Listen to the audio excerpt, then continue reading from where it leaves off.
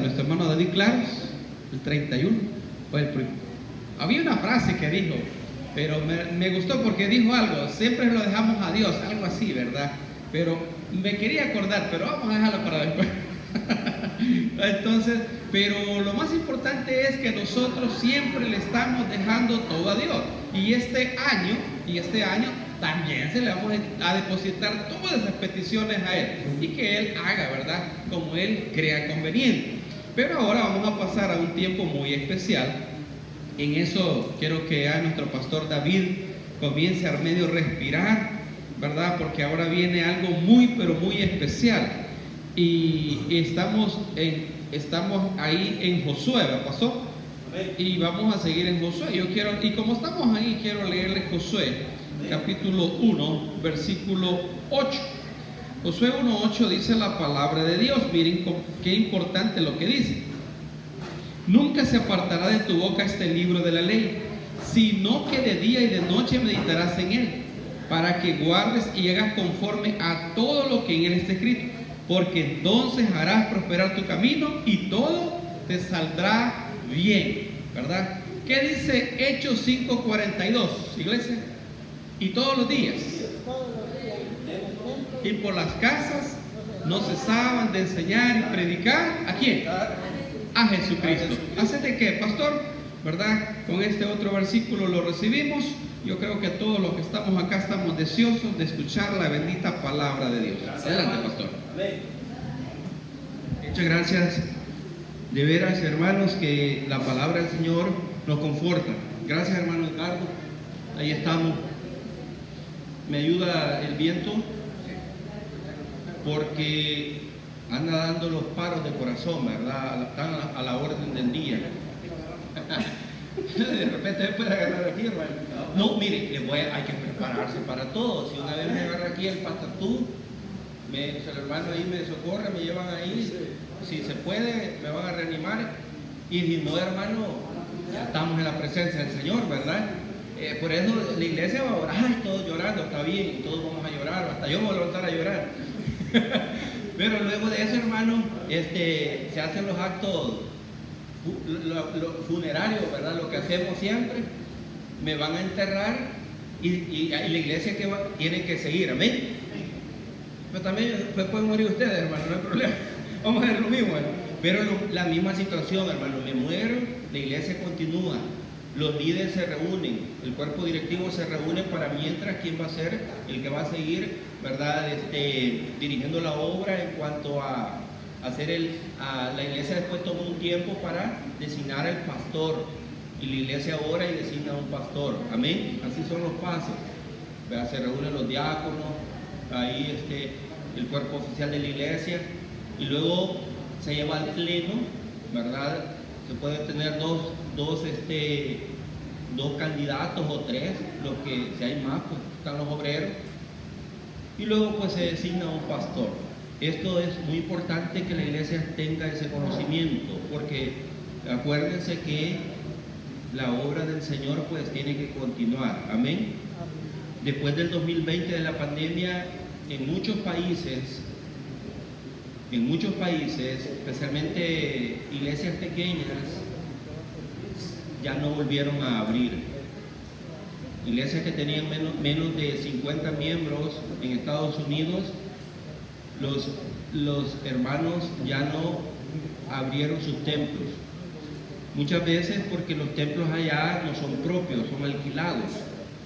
Y los hermanos optaron, cuando el pastor dijo vamos a abrir, los hermanos ya estaban congregándose en otras iglesias. y a otros decidieron quedarse en casa mejor y viendo el mensaje virtual.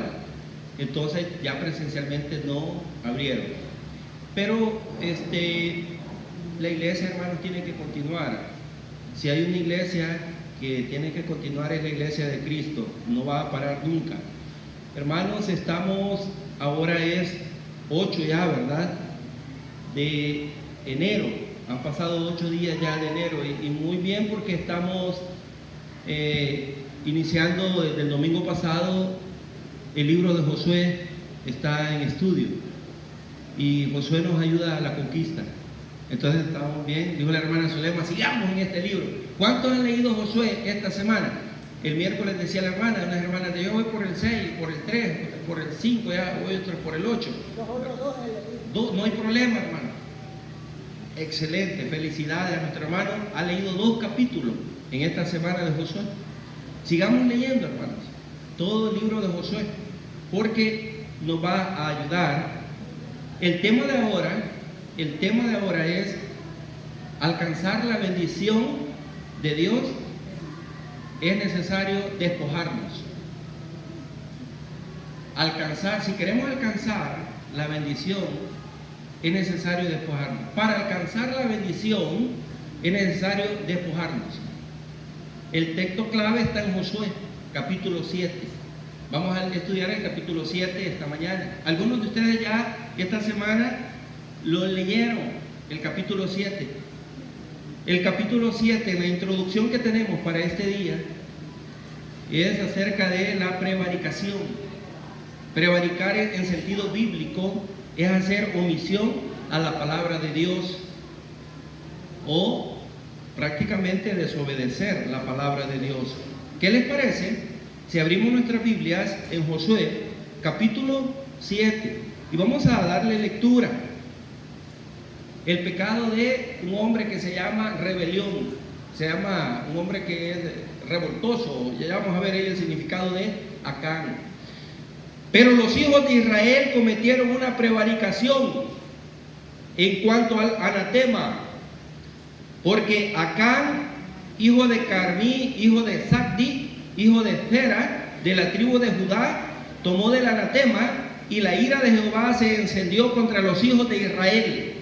Después Josué envió hombres desde Jericó a Ahí, y que estaba junto a Bet-Aben, hacia el oriente de Betel, y les habló diciendo: subid y reconoced la tierra. Y ellos subieron y reconocieron a Ahí. Y volviendo a Josué le dijeron: no suba todo el pueblo, sino suban como 2,000 o 3,000 hombres y tomarán a Ahí. No fatigues a todo el pueblo yendo ahí, porque son pocos.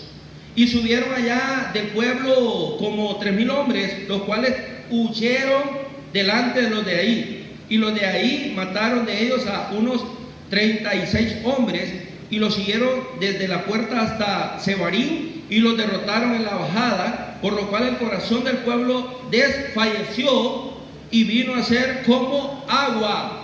Hasta ahí leamos en este momento, vamos a ir paso a paso. Versículo 5.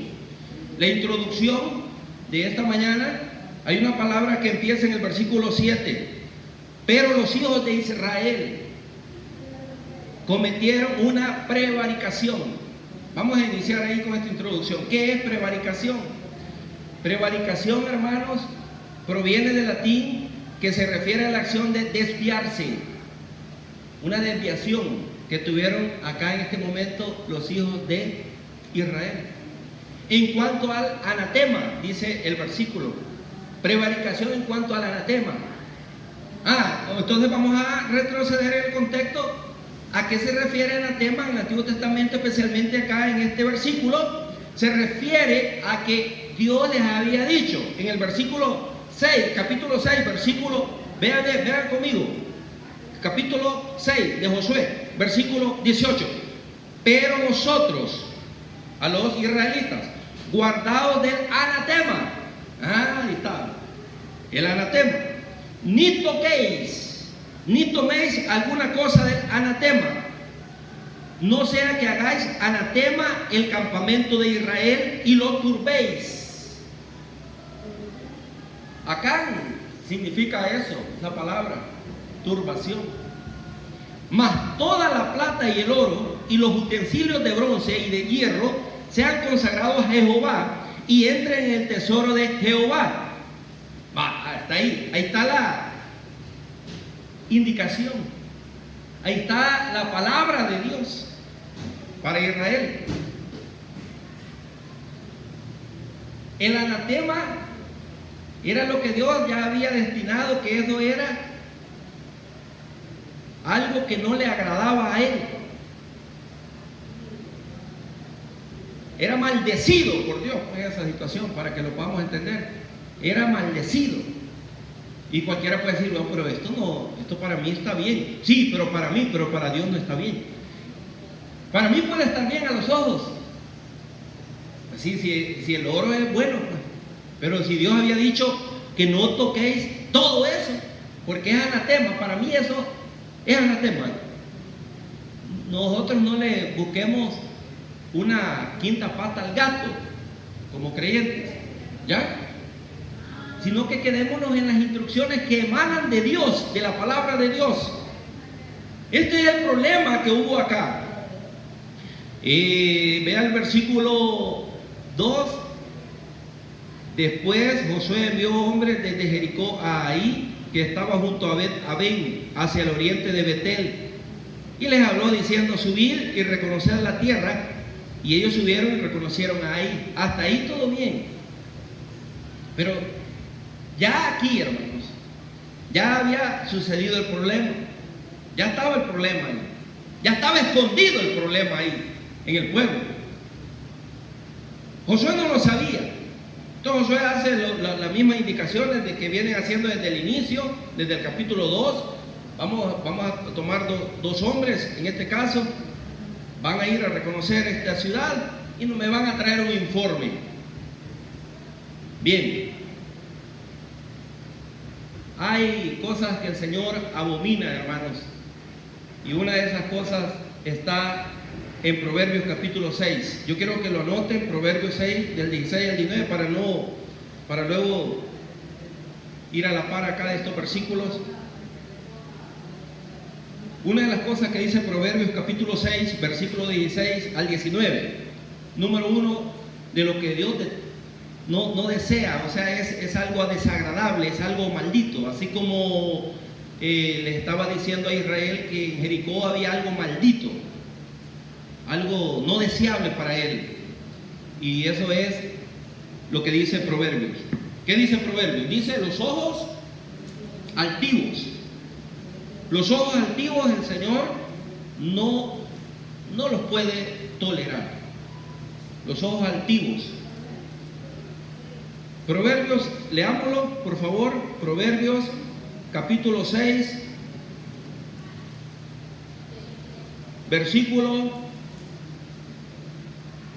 Proverbios capítulo 6, versículo 16. 6 cosas aborrece Jehová, y aún 7 abomina su alma. Lo que aborrece el Señor, lo que abomina el Señor. Número 1, los ojos altivos. La lengua mentirosa. Van 2. Las manos derramadoras de sangre inocente. El corazón que maquina pensamientos inicuos. Los pies presurosos para correr el mal. El testigo falso que habla mentiras, y el que siembra discordia entre hermanos. Eso es abominación delante de la presencia de nuestro Dios. Y eso es lo que estaba simbolizando allá, lo que Dios dijo: Jericó es abominable delante de mí, y no quiero que toquen estas cosas que están ahí. Una gran representación para nosotros hoy en día. Y los proverbios nos dicen algunas cosas que son abominación delante del Señor. Al tomar del anatema, la consecuencia entonces es que la ira de Dios se enciende. Y a veces es, hermanos, con todo el pueblo. Cuidado con este principio que nos enseña el capítulo 7 de Josué. Porque por uno van a pagar todos. Y qué terrible, porque mueren también personas inocentes. ¿Cuántos murieron? 36. Y lo más terrible es que no fue contra un ejército grande. Y este es otro principio que nos ayuda acá a entender. Por ejemplo, tengamos cuidado cuando hacemos una acción buena y todo nos ha salido bien. Ahí es donde debemos de tener más cuidado. Por ejemplo, después de una gran actividad, un aniversario, por ejemplo, o una campaña evangelística, las iglesias deben de tener mucho cuidado. Y ya estoy hablando personalmente, porque a veces cuando hablamos de iglesia, como que nos queremos separar de la iglesia, somos nosotros, hermano. Entonces, en lo personal, cuando tenemos una victoria, ahí es donde Satanás, que creen que va a ir Satanás, ya él le va a ir bueno, ya no pude con este creer. No, Satanás redobla las acciones de él para atacarnos a nosotros. Él está, hermanos, maquinando. O sea, él está, hermanos, construyendo, él está trabajando. Él no duerme. Él no duerme. No duerme. Porque él lo que quiere hacernos es caer a nosotros. Eso es lo que sucedió con esta experiencia que vamos a tener en Josué. Así es que cuidémonos en ese sentido. Por otro lado, en el versículo 2 y 3 de Josué, debemos de cuidar, hermanos, los informes. Cuidado con los informes que emitimos. A veces pueden traer consecuencias de pecado. Los informes de estas dos personas, aparentemente estaba bien, ¿verdad? Pero algo que no cuadra. No, Josué, no te preocupes, hay que vayan a dormir todo el pueblo con unos 3 o 4, ¿cuánto? Como 2000, dijo ahí, ¿verdad? No vayan muchos. Si ahí eso son unos 2 pelones los que viven ahí en ese lugar. Cuidado con eso. A veces el informe que damos puede ser dirigido por Satanás o, por otra parte, trae consecuencias. Entonces, ¿qué es lo que vamos a hacer? Que el informe que demos sea dirigido por la gracia del Espíritu Santo. Todo, hermano, lo que vamos a hacer nosotros, un principio bueno que aprendemos ahí en Josué. La derrota ya está dada, hermanos, acá. Desde este momento, véanlo, vamos a seguir leyendo ahora Josué capítulo 7. El versículo 2 y 3, Josué envía a 2 hombres. ¿Qué dice el versículo 3? Le dijeron, y volviendo a Josué le dijeron, no suba todo el pueblo. A ver, ¿qué aprendemos acá? Hermanos, un principio para nuestra aplicación. La iglesia debe de orar por toda la iglesia. Amén. Todos orando los unos por los otros. No nos quedemos, hagamos la obra. ¿Saben que a veces nos desanimamos cuando hacen actividades aisladas, cuando hacemos actividades aisladas y no nos apoyamos? Los poquitos que hicieron una actividad aislada se desaniman por los que no apoyaron. Esto estoy hablando a veces porque no tenemos madurez, porque esto tiene que ver con mucho el tema de la madurez del creyente. Usted puede estar solito, hermano, en el culto de oración, por ejemplo, mañana, no vino nadie. Usted, hermano, si es maduro espiritualmente, usted no se va a desanimar. Usted va a orar, hermano, algo está sucediendo. Y no le va a echar la culpa a los demás. Usted mismo le va a examinar. ¿Por qué será que solo Dios quiso que solo yo viniera? Quizás hay algo ahí, hermano. Hay algo escondido y hay que revelarlo. Quizás era la oportunidad para que usted venga acá, hermano, y pueda decirle al Señor y confesar su pecado. Está hablando así, ¿verdad? Por supuesto, no sucede. No sucede así. Este es un extremo. Pero ¿qué es el principio?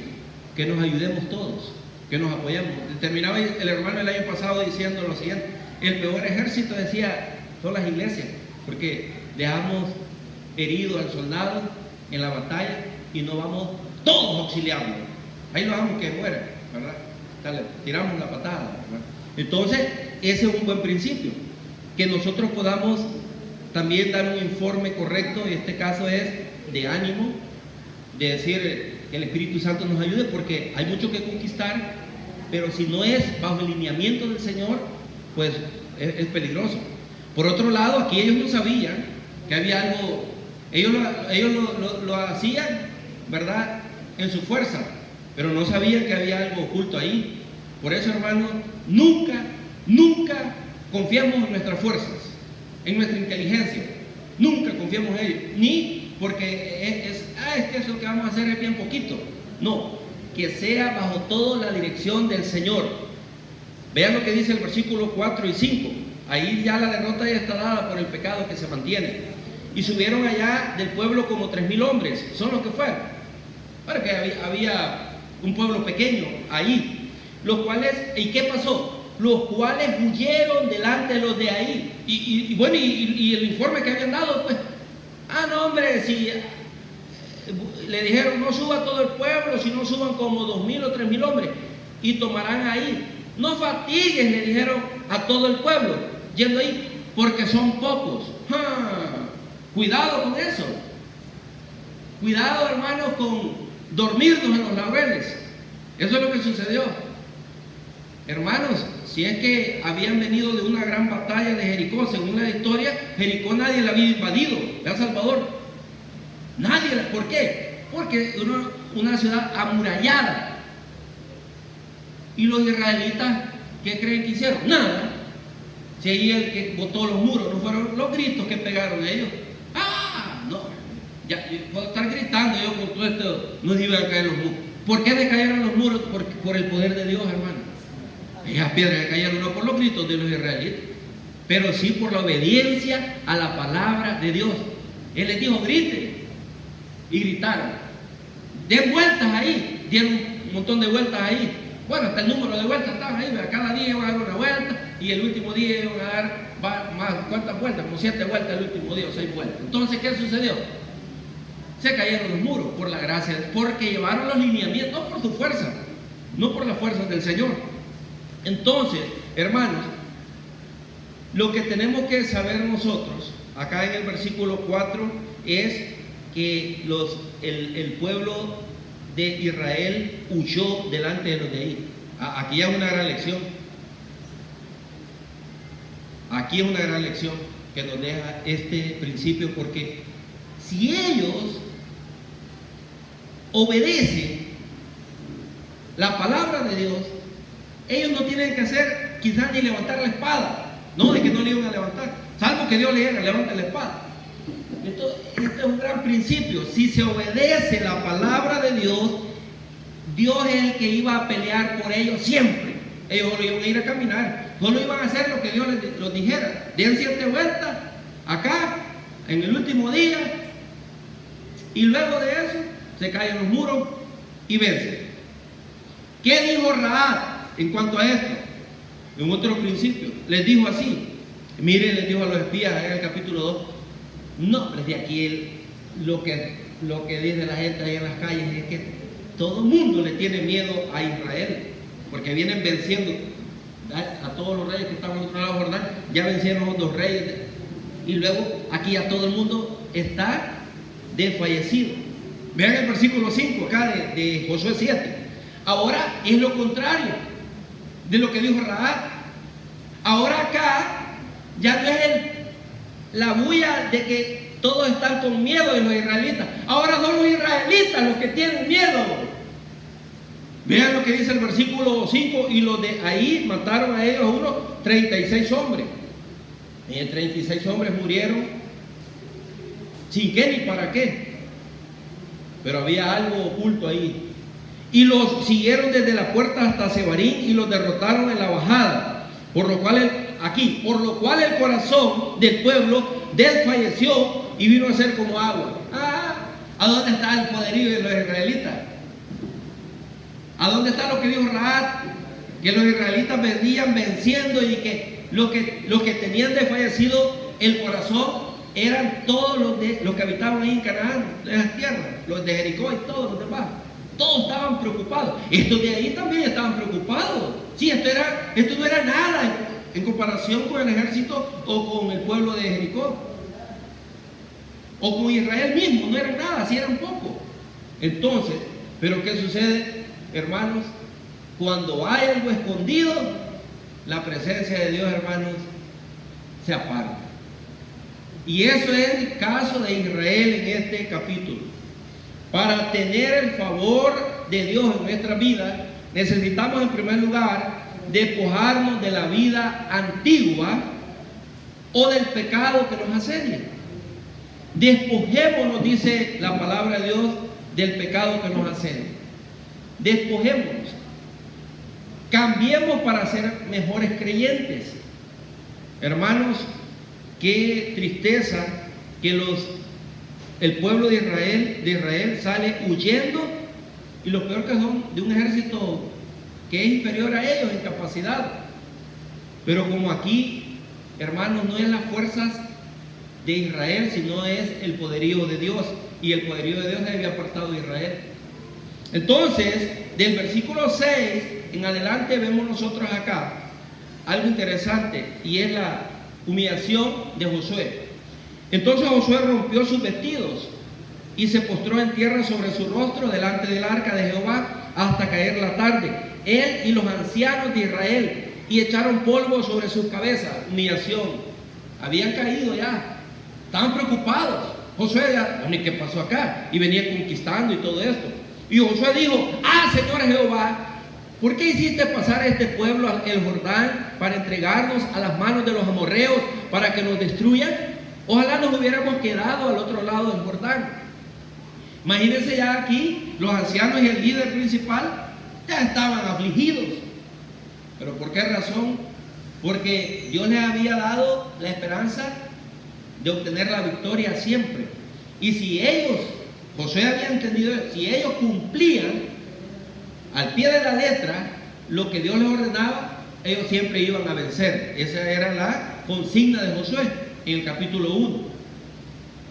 Pero ahora Josué está preocupado porque ya murieron 36 soldados de él, iban huyendo de un pueblo, y apenas se puede decir que es la primera conquista que ellos ya van peleando, ¿verdad? Después de Jericó iban a la otra ciudad, y ahora ya ellos tienen este problema. Y la gente está preocupada ya, y los ancianos. Entonces Josué dice: ¿y para qué nos pasaste para este otro lado a pelear si estos amorreos nos van a destruir, nos van a matar? Entonces Josué mismo le dice: mejor no hubiéramos quedado al otro lado del Jordán, si esto va a suceder. Josué está diciendo algo muy, muy claro, porque él había entendido en el capítulo 1 que ellos iban a vencer, ellos iban a ir a tomar todas esas tierras. Pero la situación no sucedió así. Vean lo que dice el versículo 8. Otra vez otra queja. Ay, Señor, otra queja. ¿Qué diré ya a Israel? Ha vuelto la espada delante de sus enemigos. Porque los cananeos y todos los moradores de la tierra oirán y nos rodearán y borrarán nuestro nombre de sobre la tierra. Y entonces, ¿qué harás tú a tu grande nombre? Es la propuesta que da Josué delante del Señor y los ancianos. Bueno, nos van a destruir. Israel ya está preocupado, todos están preocupados, y todas las ciudades van a venir en contra de nosotros y nos van a exterminar, nos van a matar, y va a desaparecer del mapa el nombre de Israel, dice Josué. Y Jehová dijo a Josué, y aquí va la respuesta: para despojarnos de la vida antigua, porque esta es la queja que Josué dijo. Vean lo que dice: levántate, le dijo Josué. Está con los ancianos diciendo eso, quejándose. Ay, Señor, ¿qué sucedió acá? Ay, Señor, ¿qué pasó acá? Ay, Señor, ¿qué pasó acá? Entonces le dice: levántate, porque ¿por qué te postras así sobre tu rostro? ¿Por qué estás ahí tirado? Una vez más, el Señor le va a recordar lo del capítulo 1. Si nosotros tenemos esta palabra, el versículo hoy lo leí, hermano, 1:8 creo que leía. Mira no, el otro es: nunca se apartará de tu boca este libro de la ley. Esa es la consigna del creyente. La consigna del creyente es estar en la obediencia de la palabra de Dios para que todo nos salga bien. Y eso es lo que le dice. Vean lo que dice: levántate. ¿Por qué te postras así sobre tu rostro? Israel ha pecado. Es lo primero que hubiera hecho Josué, ¿verdad? Las cosas no están saliendo tan bien, hay que reaccionar. Aquí hay pecado, pero bueno, Dios le dice: aquí hay una situación. Hay pecado, le dice. Israel ha pecado. A veces, hermanos, nosotros por estar, hermanos, ahí con un mensaje muy superficial, muy tierno, no estamos, hermanos, diciendo que hemos pecado. ¿Sabe que todos los creyentes, bueno, digamos líderes mundiales, hermanos, casi no están predicando? Hemos pecado. ¿Sabe qué dice el Esdras y Nehemías cuando ellos van también a restablecer, a reconstruir Israel? Lo primero es lo primero, y es que he pecado. Y no ha pecado el pueblo, yo he pecado, mi familia ha pecado. El señalamiento es interno, no para afuera. mi familia ha pecado, yo he pecado. Por ejemplo, aquí la iglesia, yo he pecado. El pastor debe de sentarse y decir, ¿qué estoy haciendo? Porque la iglesia no crece. Así de fácil. El hermano me decía, mire, usted dijo un mensaje la pasada, mi hermano me escribe y me dice, no, usted siempre es la figura, las pedradas siempre van a ir para usted. Entonces, hermano, yo he pecado. Dice, ahora, vea esto es lo que le dice, Israel ha pecado y aún han quebrantado mi pacto que yo les mandé. Y también han tomado del anatema y hasta han hurtado, han mentido y aún lo han guardado entre sus enseres. Y no era un hombre que había hecho eso. Pero aquí Dios le dice, Israel, todo. Habían fallado delante del Señor. Habían tomado del anatema, el versículo que vimos en Josué capítulo 6. Lo que estaba maldito delante de él, lo que él aborrecía, lo que él dijo, esto no lo quiero y no lo quiero. Y no podemos estar, hermanos, peleando. Bueno, Dios, ¿y por qué no quieres esto? Y está bonito. No, si Dios ya lo había dicho, hermano. No hay que estar alegando contra los designios de Dios, contra su soberanía. Solamente nosotros lo que necesitamos es obedecer. ¿Cuál es el problema de nosotros? Que empezamos, hermanos, a determinar nuestros propios criterios. No creo que esto así se va a hacer. No, debe de ser conforme a lo dicho por el Señor. Es un principio que debemos de retomar.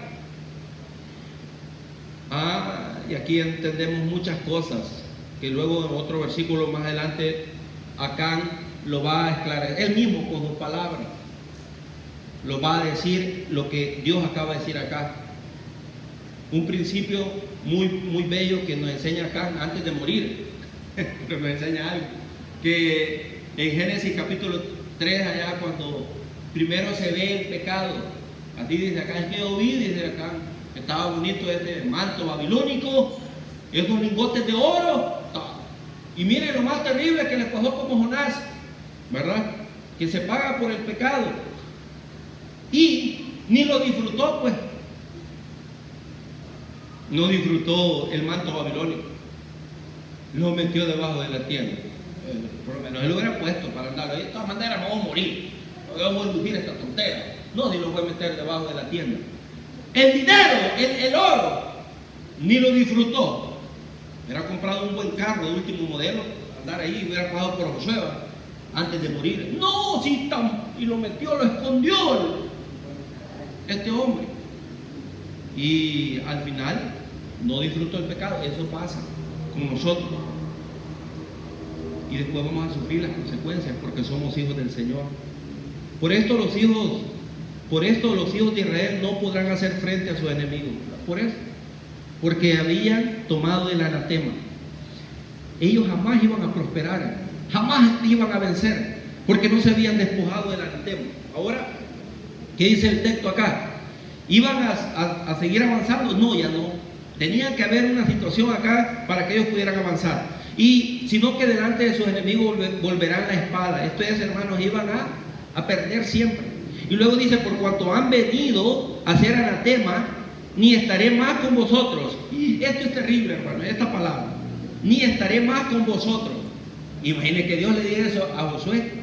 Ya que se lo dijo, pues. Ya no voy a estar con Israel. Entonces, esto es para poner las barbas en remojo y decir, ¿qué es lo que voy a hacer, pues? Entonces le dice el Señor, ni estaré más con vosotros, si no destruyereis el anatema de en medio de vosotros. Dios determina acá un juicio, pero también da la salida. Dios le dice, ya no voy a estar con vosotros. Ustedes no van a poder vencer ya no van a poder seguir adelante. Ya se acabó todo.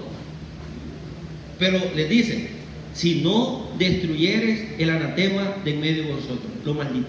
Y es lo que necesitamos, hermanos, reconocer nuestras fallas y con arrepentimiento genuino entreguemos nuestros pecados al Señor. Eso es lo que necesitamos.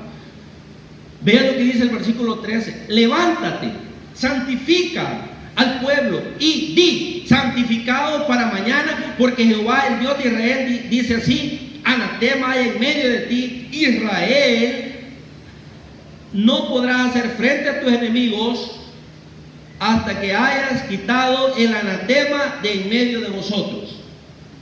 Eso es la lección de esta mañana.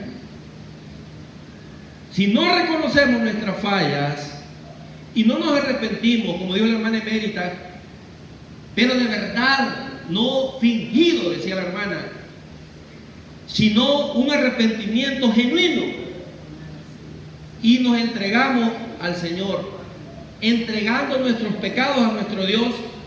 La palabra de Dios dice que Él es fiel y justo para perdonar nuestros pecados y limpiarnos de toda maldad. El castigo de Dios si no hacemos lo que nos corresponde hacer. Os acercaréis pues mañana por vuestras tribus, y la tribu que Jehová tomare se acercará por sus familias, y la familia que Jehová tomare se acercará por sus casas, y la casa que Jehová tomare se acercará por los varones. Ahí, hermanos, va línea por línea. Vamos a hacer esto. Esto se repite el primer versículo, exactamente, hasta llegar al hombre que cometió el pecado. Vamos primero a buscar una tribu. Bueno, vienen todas las tribus. De todas las tribus, Jehová va a tomar una. De esa tribu, ahí son varias casas, el Señor va a tomar, se va a acercar por sus familias. Y de todas esas familias, el Señor va a tomar las casas de esas familias. Y de esas casas, el Señor va a tomar